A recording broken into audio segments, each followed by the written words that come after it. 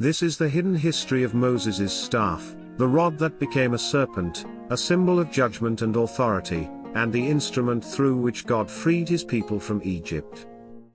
Moses had fled from Egypt 40 years earlier. Once a prince, now an exile.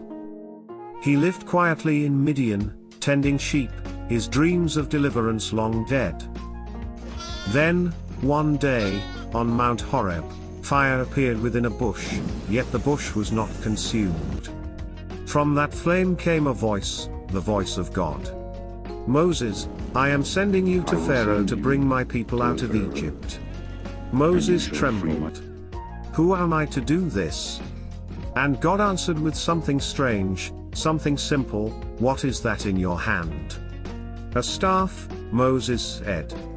And with that, God began to reveal his power. Throw it on the ground, God commanded. Moses obeyed, and instantly, the rod transformed into a serpent, slithering and alive. Startled, Moses jumped back. But God said, reach out your hand and take it by the tail. Moses hesitated. Then obeyed. And as his hand gripped the serpent, it stiffened, becoming a staff once again. This wasn't just a miracle. It was a message. The serpent, the very symbol of Egyptian power and their gods, was now under God's control. Moses, the shepherd, now carried the authority to confront empires. When Moses stood before Pharaoh, he didn't come with an army or a sword. He came with a rod. At God's command, he threw it down, and once again, it became a serpent. Pharaoh's magicians smirked, and did the same with their staffs through sorcery. But then, Moses' serpent swallowed theirs whole. The symbol was undeniable, God's power devoured the power of Egypt. No spell, no idol, no throne could stand against him. From that day, the rod was no longer just wood. It became a tool of divine acts. It struck the Nile, and the river turned to blood. It stretched over Egypt, and plagues descended.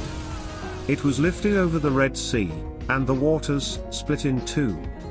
And in the wilderness, when Israel thirsted, Moses struck a rock with it, and water gushed out. Each time, the rod demonstrated one truth: the power was not in the staff itself, but in the God who used it through an obedient man. The rod represented more than miracles, it symbolized authority and obedience. In ancient Egypt, pharaohs carried a staff as a mark of kingship. But God gave his staff to a shepherd, to show that true authority comes from divine calling, not human status. Even more, the serpent, once a sign of rebellion in Eden, was now used by God as a sign of submission and power. What once deceived humanity was now subdued in his hand. When God asked Moses, "What is that in your hand?" he wasn't just asking about a stick. He was asking Moses to surrender what he already had. The rod was a symbol of his livelihood, his identity, his comfort zone. When Moses gave it to God, it became something greater, a channel for divine authority. And that's the lesson: God doesn't ask for what you don't have. He asks for what's already in your hand, your gifts, your work, your story. When surrendered, the ordinary becomes extraordinary.